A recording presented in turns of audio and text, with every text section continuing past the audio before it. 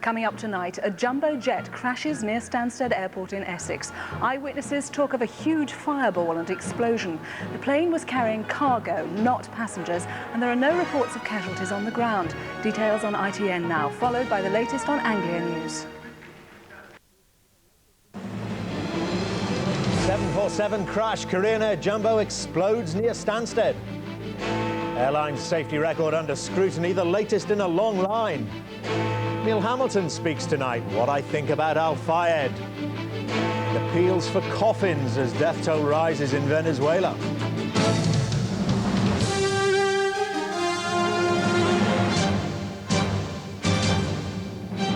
From ITN, the ITV Nightly News with Dermot Monahan. Good evening. A Boeing 747 crashed in a huge fireball soon after it took off from Stansted Airport in Essex tonight. It was a cargo plane operated by Korean Air and mercifully had only 4 people on board. They were killed, but no one on the ground was hurt. The crash rattled the windows of the main airport terminal. The jet came down in a wood just outside Stansted Airport, narrowly missing 2 busy roads. It crashed just half a mile from the A120 and a mile from the M11 motorway. Harry Smith reports. The fires were still burning long after the plane came down in a wood just beyond the airport runway. A police helicopter was among the first of the emergency services on the scene, searching in vain for survivors. The wreckage was scattered over a wide area and firefighters had to deal with several ground fires. The plane, which had just taken off, was fully loaded and the air around the crash scene was thick with the smell of burning aviation fuel. Police say they're also concerned about the plane's cargo. But there is a suggestion that this may be possibly paint or possibly flammable cargo. So clearly there's also a public safety issue here in terms of perhaps a fire and perhaps chemicals. Eyewitnesses described it as a huge fireball. We all rushed outside, saw this glow, colossal glow in the sky, and in fact felt the heat from the burning aircraft a quarter of a mile away from us. All I saw from the motorway was a column of orange flame leaping straight up into the air. It must have been a fairly hard hit, yeah. It's thought the plane hit a power line as it ploughed into the wood, leaving a number of homes in the area without electricity. Stansted's runway has been closed all evening, with thousands of passengers stranded as flights are diverted to other airports. This family were on the plane behind the Korean aircraft, waiting their turn to take off. The one on the right-hand side of the plane just looked, and the left-hand side of the plane, and a fireball just went up. Right, and that's all we could really see, and then like all the fire engines and stuff. The airport runway is expected to remain closed for some time yet. Meanwhile, air accident investigators are already examining the wreckage as they begin their effort to find out what caused this crash. Harry Smith, ITN, Stansted Airport. The Deputy Prime Minister John Prescott is going to Stansted in the morning. He'll meet officials from the Air Accident Investigation Board as they start establishing what caused this crash. Korean Air, it has to be said, has a bad safety record. Here's Neil Connery. In 1997, a Korean Air Jumbo crashed on the Pacific island of Guam, killing 226 people. Over the past 20 years, more than 700 people have been killed on their flights. A number of airlines suspended cross-company deals after a Korean Air Cargo 747 crashed in Shanghai in April. A leaked internal report alleged an authoritarian cockpit culture, inadequate English and pilot error were compromising safety. We've seen from previous accidents that the problems on takeoff usually come from crew management, that somebody retracts the flaps or the slats too quickly, or they don't put the right power settings in, and that there's a problem on the flight deck rather than a problem with the aircraft, say, or with the weather. And I think that's where we should be looking in this case. Korean Air is the world's second biggest cargo airline. Its Stansted freight operation had only begun a few months ago. Crash investigators will concentrate their efforts on establishing the sequence of events before, during and after takeoff. The key to unravelling what went wrong will lie in the cargo plane's cockpit voice recorder and flight data recorders. Stansted Airport has expanded rapidly with freight and passenger services over the past decade. It's the third largest UK airport for freight, dealing with more than 200,000 metric tonnes. Given the early evening takeoff time and the fact the cargo plane's fuel tanks would have been full, the crash could have resulted in an even greater loss of life. Neil Connery, ITN. Well, back now to Harry Smith at Stansted. Harry, are there any initial theories there as to what went wrong? Well, I can tell you, I've just been told a few minutes ago that the air accident investigators have found one of the aircraft's black boxes, the flight recorders. We believe it's the cockpit voice recorder. Now that, of course, could be vital in giving them clues. It would tell them what conversations were going on between the pilot and co-pilot, or between the pilot and the control tower in the last moments of the flight, and that might give them a clue as to what went wrong. I've spoken to a number of eyewitnesses around here who've told me that there was strange engine noises coming from the aircraft just before it hit the ground. Now, these are people who live on an airport flight path. They're used to engine noises, and they all said they didn't recognise this as one they'd heard before. There was definitely something strange that may point to engine failure, but of course it'll be some time yet before we have that confirmed. And Harry, clearly with a plane this size falling out of the sky, it could have been a lot worse. It could indeed. Tragically, there appear to be 4 dead on the plane. No casualties at all on the ground. We're not completely sure just how close it was to houses. There's no big centre of population in the wooded area where it came down. It's a well-known nature reserve locally. But there were farmhouses, there were houses within sight of it, we believe. So yes, it could have been a great deal worse. Harry Smith at Stansted, thanks a lot. The disgraced former Conservative Minister Neil Hamilton went home to his old Cheshire constituency tonight after his disastrous failed libel action against Mohammed Al-Fayed. He said he and his wife had taken a lot of knocks, but told ITN's Colin Baker he hoped they wouldn't have to sell the house. This may be the last Christmas the Hamiltons spend in their Cheshire home. It may have to be sold to pay massive legal fees. 2 minutes to open up and take the odd thing in, and then you're welcome, OK? Thank you very much. Cheers. Sorry about the rain. Clearly, the pair were in a more relaxed mood than when they left London 4 hours earlier. Friends and supporters had gathered inside the £700,000 house, and it was here the former MP talked openly to me for the first time since yesterday's grim defeat in the High Court. Could we just put to you the latest Al-Fayed statement, which came this evening? No, I'm not going to make any comments on the case itself, I think, but you can tell me what he said. But what he said was, when it was put to him about your financial situation, he said that you should suffer. I see. Well, there we are. That tells you more about Mr. Fayed than we need to know, I think. Happy Christmas to you all, too. It is the season of goodwill, and we, I think, take a rather different attitude towards people's misfortunes compared with Mr. Fayed. I think we demonstrated during the course of the trial his natural vindictiveness, and he's nothing if not consistent. Is he correct, though? Are you suffering? Well, of course, it hasn't been a pleasant experience. It goes without saying, doesn't it? But anyway, we're delighted to be home amongst our friends. Somebody's left a Christmas cake in the port. I don't know who's done it yet, but it looks jolly good. Mr. Hamilton said he'll decide whether or not to appeal after Christmas.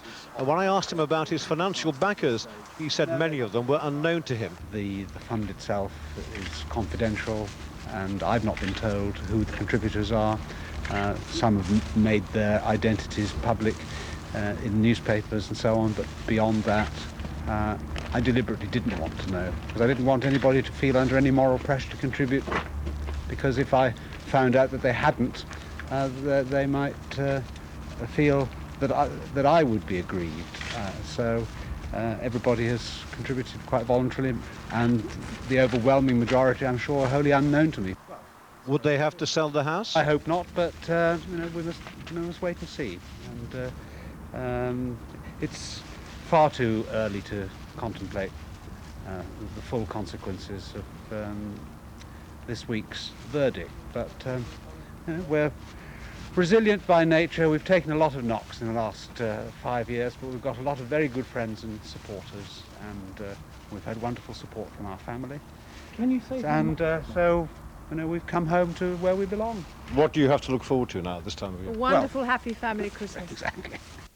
Today, dressed as Father Christmas, but with about as much goodwill for Mr. Hamilton as a jilted partner, Mohammed Al-Fayed gave out brown envelope presents to shoppers in Harrods. People who trusted him, who voted for him. You put him, he lets all those people down. You think a person like that need any sympathy? He will have no sympathy for nobody, I'm sure. For the Hamiltons now, they have a tree to buy, a house to decorate and a festival to celebrate. But the bitterness between two former friends would not be hidden by Christmas glitter. Colin Baker, ITN, Cheshire. And the supporters who raised a fighting fund for Mr Hamilton are now being pursued for similar shares of Mr Al-Fayed's legal costs as well. The man who organised the fund has declined to name them, though he referred to one today as Q. ITN cracked that particular riddle. Here's Caroline Kerr. From his stately home in Hampshire, one of Mr Hamilton's backers, the man known mysteriously as Q, was tonight bracing himself for what might be a hefty legal bill. We can reveal that he's the Earl of Portsmouth, a hereditary peer whose first name is Quentin and who's sometimes known as Q among his friends. Other financial backers include Giles Brandreth, seen here on the left, who's a former Tory MP, and Norris McWhirter, the writer who used to run the Guinness Book of Records. The man who persuaded them to fund Neil Hamilton's case said he thought it wrong they should now have to pay his legal costs, and said he wouldn't reveal the identities of any others who wanted to remain anonymous. Anonymously and privately, they put up money to enable Hamilton to have his chance in court. I'm not in the business of revealing their names if they do not wish their names to be revealed. Neil Hamilton's main asset is his home in Cheshire. He said tonight he hoped he wouldn't have to sell it, but even if he does, it won't clear his debts. Mr Hamilton's supporters say that he now faces legal costs of about £2 million. The Hamiltons' assets include the fighting fund of around £500,000. Their Cheshire home is valued at £700,000 and their London flat at about £200,000. That amounts to £1,400,000, but it still leaves them £600,000 short. When Neil Hamilton emerged from this court yesterday afternoon, he knew that he faced financial ruin. Tonight, many of his former backers will be wondering how much it's now going to cost them for having supported him. Caroline Kerr, ITN, at the High Court. Every convicted terrorist prisoner still in the Maze prison in Northern Ireland is being allowed home tomorrow for Christmas and the New Year. The Northern Ireland Secretary, Peter Mandelson, said it was because of the remarkable political progress that's been made recently. Lauren Taylor reports. The Maze prison holds some of Northern Ireland's most infamous convicted terrorists. But over the Christmas period, for the first time, all of them are being let out. Among those getting holiday parole are the IRA's James McArdle. It's less than 3 years since he took part in the Docklands bombing, which ended the IRA ceasefire at the time. He was sentenced to 25 years in jail. Leading loyalist Michael Stone is another Maze inmate being allowed home for Christmas. He was jailed for the gun and grenade attack on mourners at an IRA funeral. The Northern Ireland Secretary said the decision was in recognition of the remarkable political progress over recent weeks and as a confidence-building measure. Today's moves have already angered some unionists, but it's clear that the government is keen to fulfil its undertakings under the Good Friday Agreement in the hope of increasing the pressure on the IRA to start decommissioning, which remains one of the most difficult hurdles in the peace process. Lauren Taylor, ITN, Westminster. Officials in Venezuela appealed for coffins tonight, saying the country simply didn't have enough to bury the tens of thousands believed to have been killed in last week's floods. They're trying to get survivors to leave the devastated area for good. James Mates has the latest. In a country where tens of thousands of people have nothing, it's difficult to prevent them stealing anything that's available. We found troops vainly shooting into the air to try and stop the looting of a shipping container. Some arrests have been made, but this is only one priority among many. The real battle is getting aid to areas where roads have almost ceased to exist. We found progress painfully slow. There is no way to get heavy vehicles through here. When we did reach the town of Makuto, we found most of the artifacts of modern life had been simply swept away. This was once the children's hospital, the wards hurriedly emptied at the height of the storm. This is the nurses' reception desk here in this ward. You can see a box of medical supplies and things has been abandoned here. The level of mud is so high that I can barely stand upright in this room. But what really brings this home is that this is not the ground floor. There is an entire floor below us that has been completely filled with mud. What then happened was the water, the mud, the rocks came in through an upper story window here to half fill this level as well. Only the roof still shows above the mud. There is no way to save buildings like these. Here, as in so many towns, they will have no option but to build again from scratch. No longer are the authorities searching for survivors here. The bulldozers are moving in. Whole areas are to be declared memorial grounds and never rebuilt. The victims, forever uncounted, are to remain buried. James Mates, ITN, Venezuela. Here, a family of 4 were killed today when a suspected gas explosion tore apart their bungalow. Their home in Lark Hall in Lanarkshire was left a pile of rubble after the blast. Emergency services discovered the bodies of Jeanette Finlay and her 2 children. A search for Mrs. Finlay's husband was called off tonight. There are reports tonight that Russian troops are under orders to go into the Chechen capital Grozny within days or even hours. The Russian Prime Minister Vladimir Putin promised that the end of the campaign was close, though that looked unlikely earlier today. Mark Webster reports on a war already claiming many lives. Chechen fighters are still fully in command of Grozny, despite months of aerial and land bombardment by the Russians. Moscow's hopes that these militants would simply leave to escape the shelling have proved utterly unfounded. These pictures, smuggled out of Grozny today, show that Russian losses are mounting.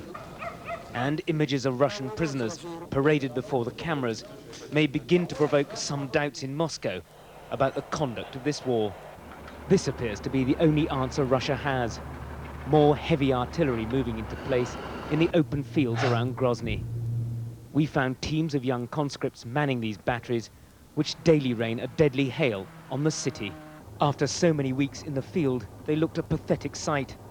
They also appeared indifferent or unaware of the terrible effect their shelling has on the civilians still inside the Chechen capital. Though these tank gunners insist that their targets are carefully pre-selected, it's impossible even to see where their shells are landing. And the fact is that at the other end, in the city of Grozny, there are thousands of civilians sheltering in cellars, terrified in case the next bomb which lands hits them. Tonight the guns roared again as the offensive showed no signs of letting up. However, for all the firing, the Russians have failed to advance any deeper into the Chechen-held city for several days. Mark Webster, ITN, on the outskirts of Grozny. Here, the government gave up today on the idea of trying to fit an athletics track into the new Wembley Stadium. It will now be kept as designed for football and rugby league only, and athletics will have to find a different home. The FA was ordered to repay £20 million of the lottery money it got for Wembley. That money will be ring-fenced for a new athletics venue. There have been 3 more FA Cup third-round replays tonight, and highlights are on ITV a bit later, so look away now if you don't want to know the results.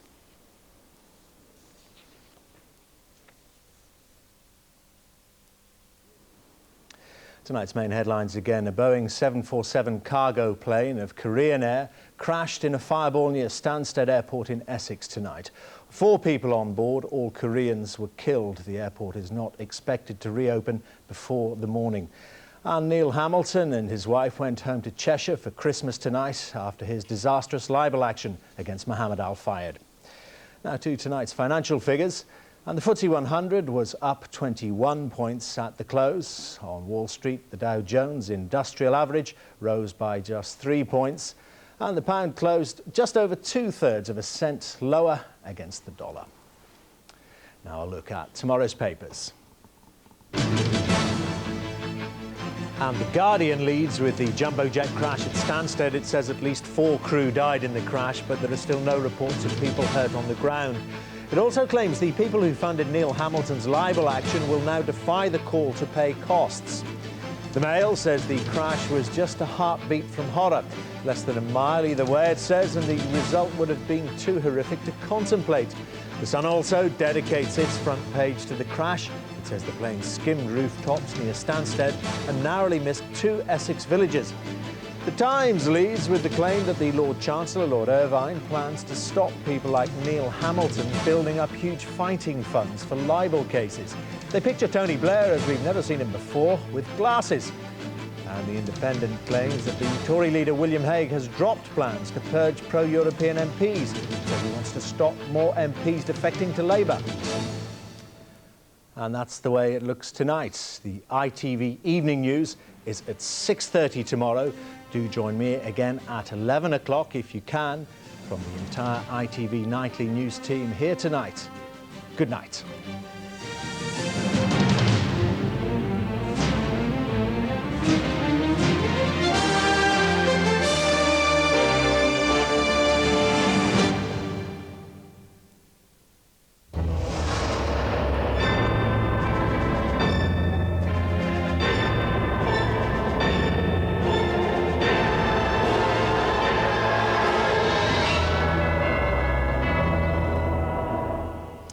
Good evening. Well, I've managed to stay dry from this particular puddle, but you may not be so lucky in the next few days. More heavy rain to come. Overnight, most of the rain becoming confined to East Anglia and the far southeast, elsewhere becoming somewhat dry. Still some wintry showers around exposed northwestern areas, but most places becoming dry, especially in the east. But a chilly one, temperatures close to freezing, some icy stretches to watch out for. So a cold start, but a bright and breezy one for most places. Some sunshine, especially in the east. There'll still be those showers further west, and through the morning the cloud will thicken up across many parts of Ireland, bringing really wet weather into Northern Ireland. Through the afternoon, some heavy and persistent bursts of rain. So too Western Scotland, Wales and the West Country. Those winds picking up to gale or even severe gale. Drier further east, but clouding up all the time. It's not going to feel all that warm anywhere. Temperatures generally in the range 7 to 10 Celsius, 10 in the far southwest, 50 Fahrenheit. Christmas Eve still very unsettled. A lot of rain in the south, strong winds too, brighter for a time further north. Power Gen. Power, whatever the weather.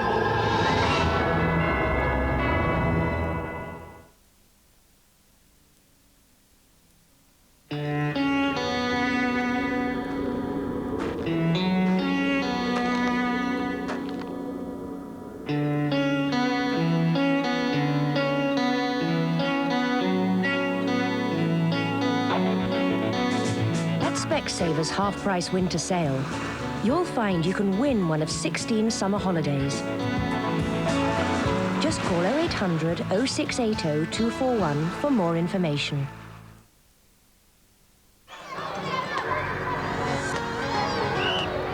When I grow up, I want to be stuck in a dead-end job. I have nothing to look forward to. To never be told thank you. To be a creep. To be bullied by my boss. Yes, Mr. Smith. Thank you, Mr. Smith. To never be asked my opinion, to never have an opinion. To pretend to myself I like my job. You're just a click away from the job you deserve. Everyone's cold and flu suffering is different. For you, it could be shivers. Or maybe a fever. Others could suffer more with heavy, aching muscles. Or headaches. However, there's a medicine specially formulated to help relieve all these symptoms. Beecham's Flu Plus.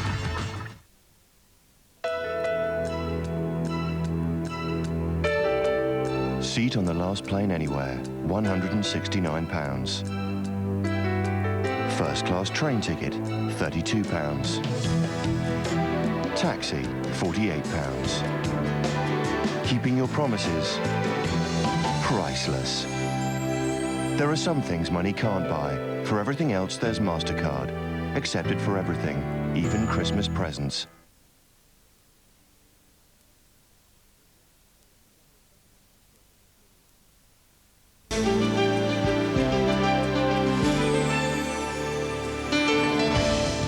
The big match is coming up in 10 minutes' time after the regional news.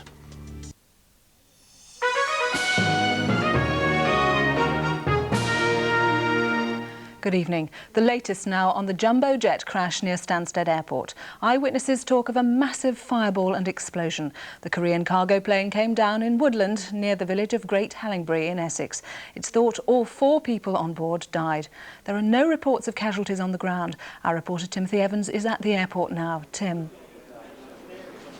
Well, all is quiet now at Stansted. The airport is completely closed and likely to remain so throughout the night. The jumbo came down over forest and farmland just about 2 miles from here. It was at 6:40 that the accident happened, and there are dramatic accounts from people living nearby and from motorists on nearby roads. They speak of a loud explosion and burning debris raining down over a wide area. Witnesses also talk of a large orange mushroom cloud lighting up the night sky. My colleague Greg Milam has been watching tonight's news pictures coming in. The first pictures of the chaos that surrounded Stansted Airport tonight, a massive emergency operation underway. The tarmac deserted, those inside the terminal building trying to take in the shock of what had happened less than a mile away. The Korean Air Boeing 747 took off at 6:40 this evening, bound for Malpensa Airport in Milan. 2 minutes later, it plummeted into farmland close to the M11 motorway. Witnesses described a giant fireball lighting up the night sky. Wreckage rained down on the area. I was driving along the M11 and I noticed a huge orange glow off towards the right. Seemed to come a couple of miles off the motorway. It was so startling it made my vision come away from the cars in front of me and look across to what had caught my eye, and it was a massive orange mushroom cloud billowing flames up into the air, very, very high height. And then it disappeared almost immediately and there was just an orange glow left over. It was like a mushroom fireball shaped thing, a very loud noise. Some people, so family were walking back to their car, and you know the noise made the little girl jump, and they said, "Oh, it's fireworks, darling," to reassure her. But it was a really horrible loud noise.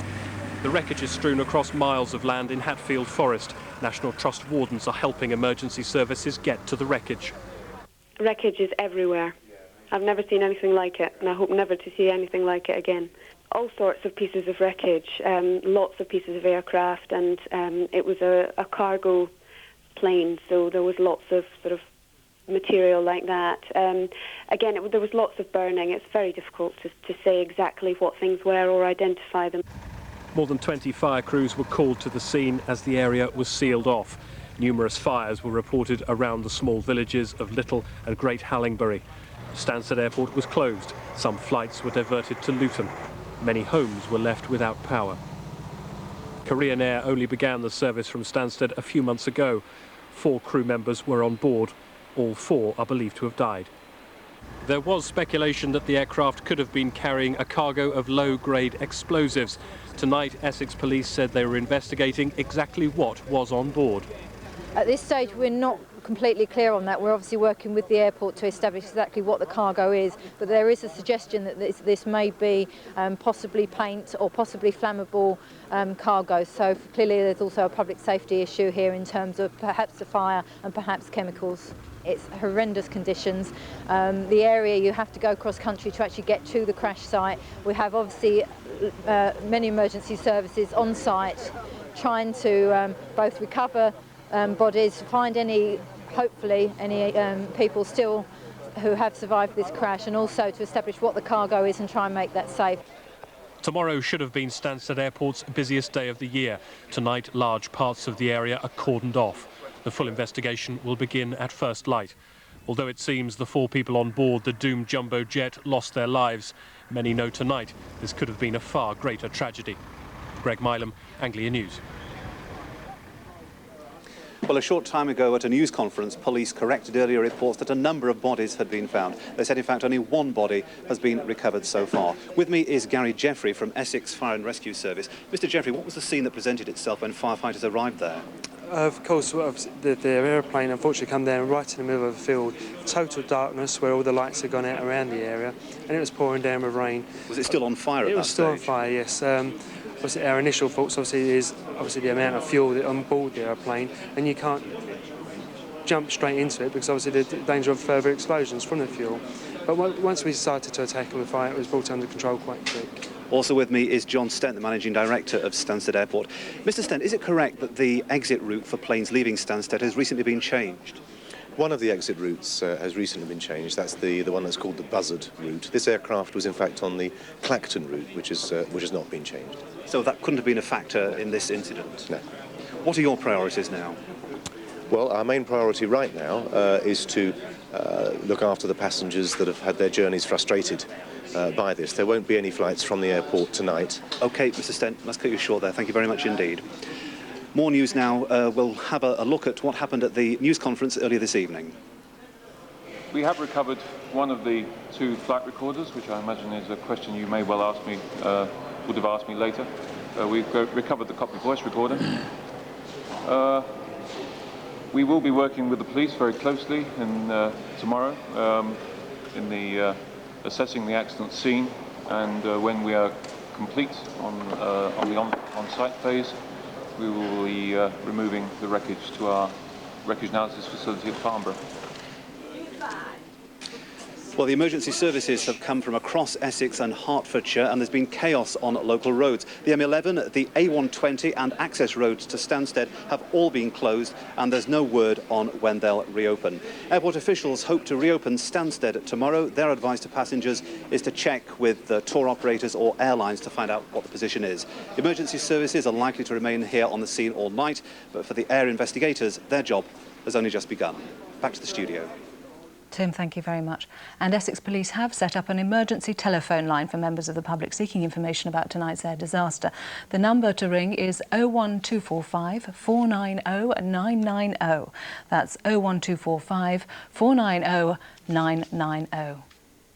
And that's the Anglia news this evening. We'll have further bulletins throughout the day tomorrow, starting at 6:10 tomorrow. For another good night.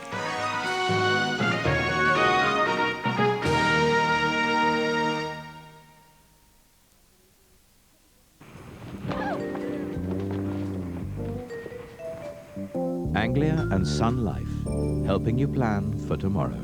Hello, good evening. Heavy rain will push eastwards tonight with the risk of some local flooding. It'll also be windy with strong southerly winds, possibly gusting to gale force at times.